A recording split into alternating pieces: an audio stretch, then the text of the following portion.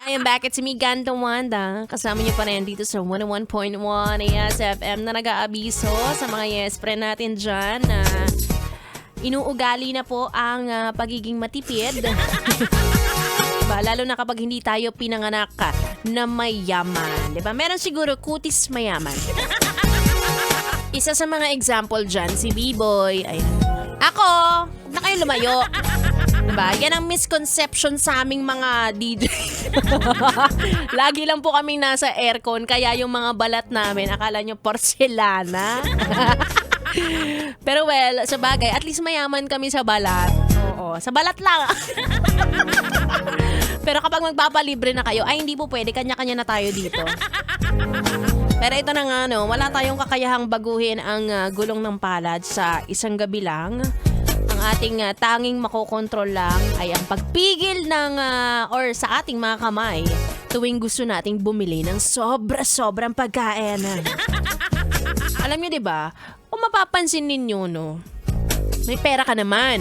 Hindi ka naman mahilig bumili ng mga mahahaling gamit. 'Di ba? Hindi ko kaya mabanggit. Kasi hindi ko kayang bilhin mamahaling gamit. Ayan. Nakakainis pag hindi ka palaging bumibili. Pero, nauubos ang pera mo, di ba?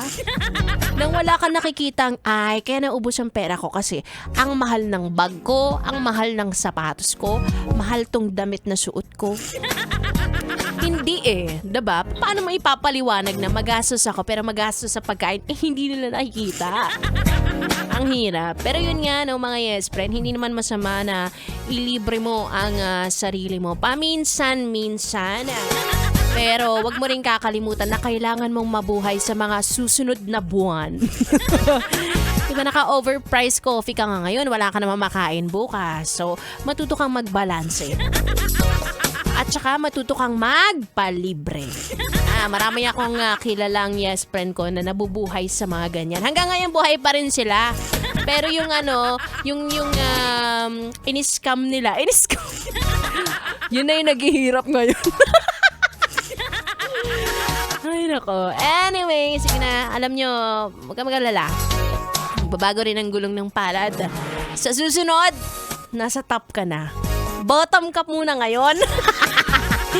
Anyway, tuloy-tuloy ang ating tugtugan. Isa pang bottom or hindi ko alam, bottom ba siya or top?